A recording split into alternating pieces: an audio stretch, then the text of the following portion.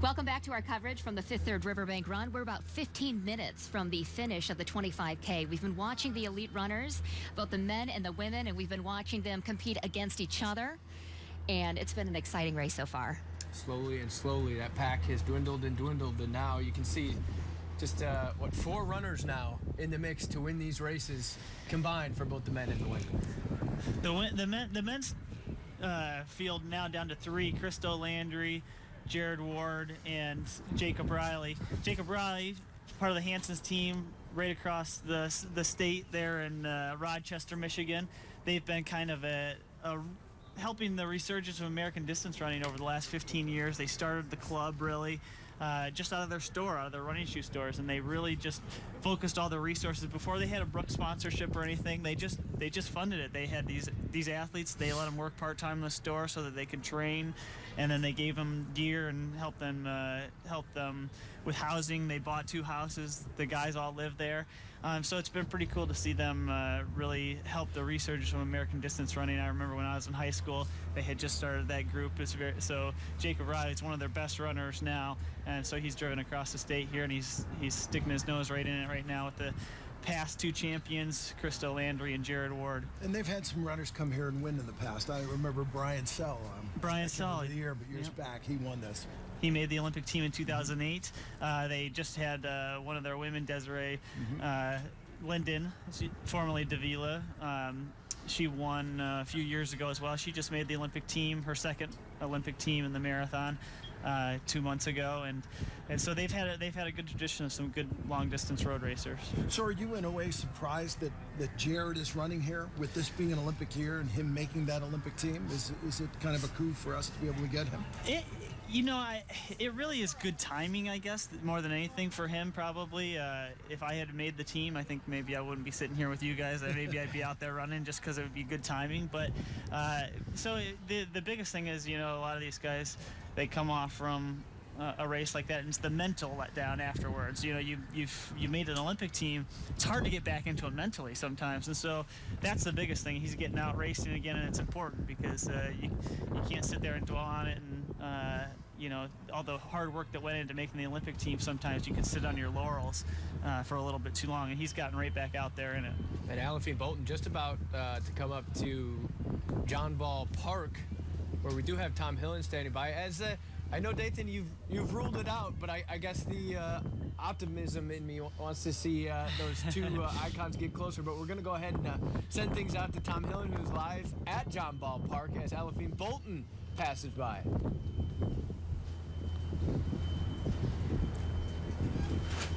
So determined, the face that she was making as she ran by us here. Remember, we're at mile marker 13 here, so only about 3 miles left, but you could see just the look on her face was pure determination. It didn't look to me like she was in any pain. Obviously a very experienced runner at this point in her career, but here comes the next woman behind her, so she has a pretty significant lead right now as they run through John Ball Park right here. But again, she looked very strong, very determined. She's in the home stretch here. 3 miles left to go for her, and I would be very surprised if the next runner made any ground up here on her because of the distance lead that she does have. But as you know, the Fifth Third Riverbank Run can be unpredictable at sometimes. But again, she looked very strong and very determined as she ran by us.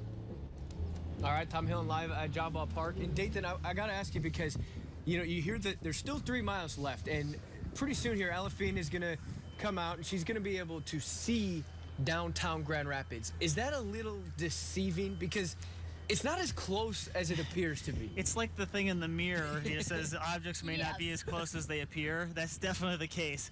And you see those landmarks way off in the distance, and sometimes it looks like it's really close, but it's a long way still. And so but that can be something to keep you going to at that point. But then all of a sudden it just doesn't get closer, and it doesn't get closer. It can be a grind. So the American record, Dathan, 1:24:36. 1:24:36. So we'll keep our eye on the clock for that. See if she's approaching that, because she's been hammering it right from the get-go. And that stride looks the same to me as it did in mile 2, Absolutely. 3, and 4. Absolutely. In the men's field, there, did you see that? Christo Landry, huge move. Just dropped the hammer. He's really trying to get away. I mean, that was very, it's like he's sprinting right now. Yeah, And I gotta say, I don't know if this is a great idea to hit it that hard this far out. Jared is a very patient, methodical guy. I could see him possibly easing back into that hard pace, but sometimes if you really drop the hammer that hard, it can be hard to recover from, and so you have to be very, very fit. And he is coming off a great race at the U.S. Half Marathon, but that was probably one of the most extreme moves that I've seen in a long road race like this. There's a great Tolstoy quote that I saw another runner put out there. It was, the two strongest warriors are these two, time and patience. He's not showing patience now. No, but you see Jared Ward is. Jared is very methodical, like I said, but I mean that was like something you would see on the track in the closing laps right there. So I saw him hit his watch and just go, and I mean, it's completely, look at his form. He's got the blades out. His hands are out like a sprinter right now. And so he's coming through the park. And Jared, he's maintained a decent distance, but this is that's a very substantial move right there that Christo Landry's making. He's trying to get back on top after getting second last year. He is the American record holder. And he did win this 2 years ago, so. He's quick to point that out, too, when you ask him, when you say that, hey, you and Jared Ward went back and forth last year, you know, in the race within a race. And he was like, yeah, you know, I set the American record 2 years ago, though, here. So, he will certainly let you know that he still holds that mark as they make their way through John Ball Park. And it's great because you're not just as good as your last race. You can actually keep building on those records and those wins. They always stick with you. At what point does Jared have to say, I can't be patient any longer? I've got to start giving it that kind of gear as well. Yeah, I mean, you can't let a guy within the last 2 miles, you can't let him get any further ahead than he is now. And so he's going to have to, and now you see him glance over his shoulder there. He's trying to see what kind of damage that move made. And it is substantial. I mean, we're looking at probably 10 seconds at least that he opened up in just in the matter of a quarter mile or so. And so this is I mean, he's charging hard. It's a pretty impressive move. But we do know from last year, Landry kind of ran out of steam there at that final kick, and Ward had the final kick to win the race. And Jared, I can say, you know, for being a marathoner, he's got a pretty good kick too if he's right in the end of it there. And so I think Krista look at him just pouring around these turns. I mean, he's full on tilt. Yeah. Now, Aliphine Bolton there, the top woman, she keeps turning and looking over her shoulder. Is she looking for Christo? Yeah, you know, that's part of for the women, they have no idea how far out they are. And so in her mind, you know, she has no idea if they're right behind her or if she's going to be well clear. And, you know, you can see that dot continuing to get closer on the right there. And Christo will turn that corner coming up, and he should be able to see her. Mm-hmm. He'll see the lead vehicle before he sees her, because that's still a pretty good distance, but he will be able to see where she is. And that might give him a little bit of that extra push as well. Even after the move he just made? That was a substantial move. I mean, anytime it's that visible and that noticeable, you know that it was a big change in pace. And Christo just blew by Clara Santucci of Dilliner, Pennsylvania. But boy, you see Aliphine is just strong still. She looks great. I mean, she has a great, at 27, she's really, you know, in the prime, and so she's just becoming a U.S. citizen here. I think that this is something for her for us to really watch in the coming years. She has the opportunity to win a lot of these U.S. road races, and who knows, maybe move up into the marathon and make an Olympic team next cycle in 2020. And you can see those pace cars this is a really great shot where you can see the pace cars of the men behind her right now. And that is still, like I said, it's a very deceptive distance, but they can see her now, which does add to that motivation. And Christo, he doesn't look like he's slowing down at all right now, and so that move, that he was just that strong. He just he looks like he's held on so far, but he still does have a mile and a half, I believe. Yeah, it looks like it's a hard. Looks mile like a and half. half. He's still in They're full about a stride. half I mean, he mile looks behind. great though. He's still really pulling away too. So that's Christo Landry, the winner from 2 years ago. American record holder in the 25K. And you know, last year when Christo ran this race and he went back and forth with Jared Ward, he actually said that he wore a brand new pair of shoes. And at about mile 2, he noticed some red stuff seeping through his shoe. He was bleeding by mile 2, and his feet were raw by the end of the race. And it was pouring rain. You know, that Right. friction in there, that can be bad. But, you know, it's part of the game. You never usually try a new pair of shoes the day of the race. He So said that was rookie mistake. a rookie mistake. He does not look like a rookie today, though. Yeah, he shared the graphic pictures with us yesterday when we got to talk about that with him. And He as was that wearing the sign shoes. said on the course last year, toenails are for wussies. Are for wussies, yeah. He was wearing the same shoes yesterday, and they were white, but they were washed. There's Aliphine Bolton still glancing over her shoulder as she comes Boy, around the look corner. at the pace that Christo Landry's running right now, 4:32. Yes. That's a full minute faster than what Aliphine's doing. So, Nathan, we might have a... We might have a It's race certainly on. getting closer. I'm getting more and more excited as I'm watching. This is Aliphine's coming down Winter Street. She's about to make that turn onto Fulton, where they go across the Grand River over the bridge and back into downtown Grand Rapids. I'm still sticking with my prediction that it's not going to happen, but he is moving pretty. He looks great, I gotta say. And he's still got the blades out. He does he have the blades. does. Look at that. At one point, are you out of breath? I mean, Oh, they're full on. I mean, they are in such pain right now. Coming this close to the finish, this is where it's gut check time. You know, this is where you got to really want it, and you can't fake it when you get out there. And so, you know, he wants this bad. I think he had a kind of a rough go the last year, and then finally he's feeling back on top and feeling fit. And Aliphine being a freshly minted U.S. citizen, I think that there's a lot of motivation on both sides. And so this is where you dig deep though, and you fight through the pain, and you just do everything you can to try to get every ounce out of yourself. so Christo wins the 2016 half marathon. He comes in. If he pulls this off, what does that do for his place in racing? Well, the point standings. That's two of the biggest races for the start of the year, and so we kind of take a break after this until the fall, when so that summer road racing season. There's not any U.S. Road Championships, but that will lead him into the fall, probably leading the point series, and so it's an extra $25,000 if you win that at the end of the year in November. Interesting predicament. Now you just saw him look back. So is he looking back more, or is he looking forward now as he tries to catch her? I think he's still completely focused only on the men's race. You know, here he comes up passing Lindsay Scherf now, the defending women's champion from last year. But it's inside the last. Aliphine there's inside the last half mile. So I'm telling you, Casey, it ain't happening. It's not. We're not seeing him running down the last bit. So I'm a little deflated over here. He's looking solely over his shoulder, trying to make sure that Jacob Riley and defending champion Jared Ward don't come back on him. But he's digging deep still. It looks like he's put the blades away for now, at least. You do finish uphill though, so Right. that can be a killer. He's just passing the downtown Grand Valley campus there on Fulton Street. He's making his way to the Fulton Street Bridge over the Grand River and then back into downtown before they make that turn onto Ottawa for the final home stretch. Is there any scenario now, Dathan, where you don't see Aliphine Bolton and Christo Landry winning the men and the women? At this point, I think it's barring a disaster. Here we see the trucks coming past our booth right now, so I know that they've turned off. So we're inside the very closing stages here, and I think that these are going to be our U.S. 25K champions for 2016 here at the Fifth Third Riverbank Run. Again, Christo Landry trying to win this for the second time in 3 years, and Aliphine trying to win her first race as an American citizen.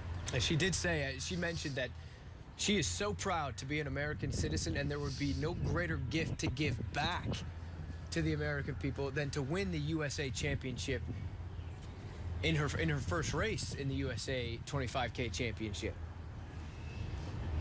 And of course, we're keeping our eye on the American record as well. She has a chance to catch that. But I think it looks like we're not gonna get that. It was 124.20, was it? 124.36. 124.36. So I don't think she's going to catch that. It looks like she's going to miss that record by just a little bit. And same thing, Christo Landry. I think he's going to be just outside the record as well. He's got about 40 seconds to go. And we can see Aliphine Bolton. She's about to pass just ahead of us here at our studio stage at Monroe Center and Monroe. She just ran through Ottawa. We Ran can hear through Ottawa the and Monroe Center. crowd in Yep. the background. A lot of people cheering her on there at the finish line. They've lined the way. And you can hear the cheers too, and that is really one of the things about the races that are just so exciting. And I know it is it keeps them going, especially now.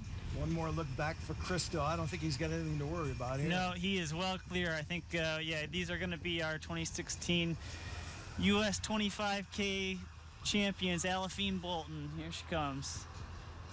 In her first U.S. championship as a newly minted U.S. citizen Coming here. down the home stretch, you see the finish line, so she's going to win it. Bright future here. Fantastic race for Aliphine Bolton, and she gets the extra bonus money as well. Wow. That's a $14,500 right there. Bad payday. Yeah. That's a big smile. And she's not even breathing heavy.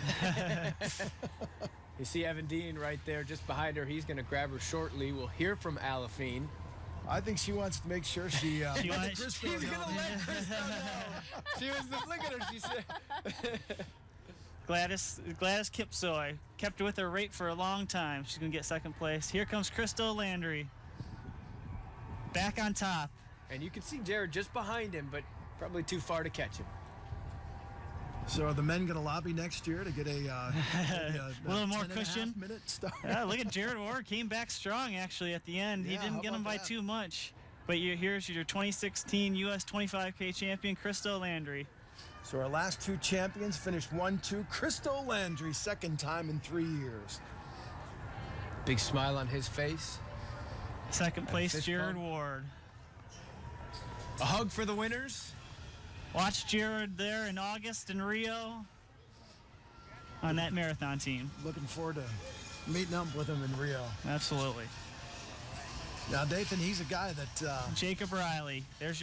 That's the three on your podium from the Hansons Brooks. All right, we're going to go ahead and send things right out to the finish line. Evan Dean is standing by with our champions. Evan, what a race. Yeah, Casey, what a race. Aliphine, huge congratulations to you. That was unbelievable. You owned it. Yesterday, you told us you weren't going to let the guys beat you. Tell me how you're feeling in this moment. I am feeling great, wonderful. I mean, I don't even know how to say. This is my first U.S. championship, and I won it in Michigan. Woo! I'm so happy right now. Yeah, I know that's meant a lot to you. Your first race as a U.S. citizen.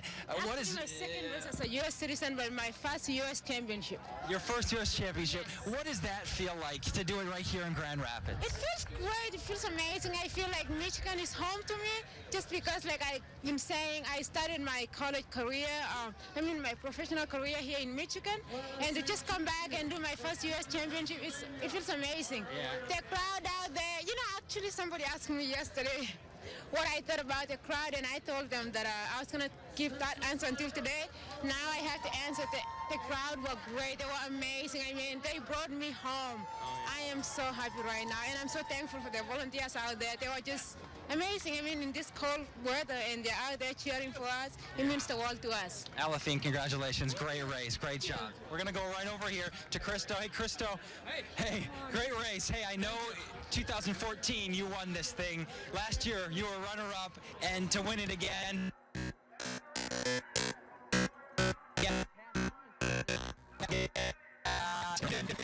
For you, come they live.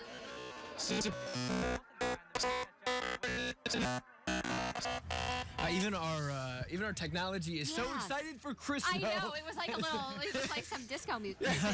We're hearing like a little And I really disco. wanted to hear from Christo because he was so much fun yesterday before the race. I'm sure that he has a lot to say, and I'm sure we'll get back with him in a minute. But He was pretty amped right there. Oh, And yeah. he was excited. You could Yeah. see him when he crossed the finish line. He's kind of back on fire. He's had a couple of really good weeks in a row, and he's feeling, you could tell it. You could see it. So hopefully we'll get back to him. He talked about his injuries last year kind of plagued him towards the tail end of this past year, and he's really, like you said, felt healthy here in just the last 2 weeks. And he showed it these last 2 weeks. I mean, those were two really good, impressive performances. But that move that he made with a couple of miles to go, I gotta say, I doubted that. I said, anytime a guy goes like that and starts sprinting in the middle of a 15-mile road race, it makes me wonder. But he backed it up. But you talked about having that game plan, and that Christo did have a game plan, and that looked like it was a conscious effort to, Yep, it's right now. I'm going. And sometimes you just gotta, once you do it, you jump in the water and you gotta swim or sink. And so he swam. He looked great.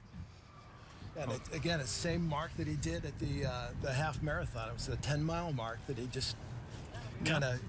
It was a little later that he made the big push. But 2 to 3 miles out from the finish, I think that might have been part of his game plan, was really to focus on, I know 2 to 3 miles out, if I make a big move, here we go. Let's do it. At that 10-mile mark is when he and Jared, and that pack of 3 started to make that move forward.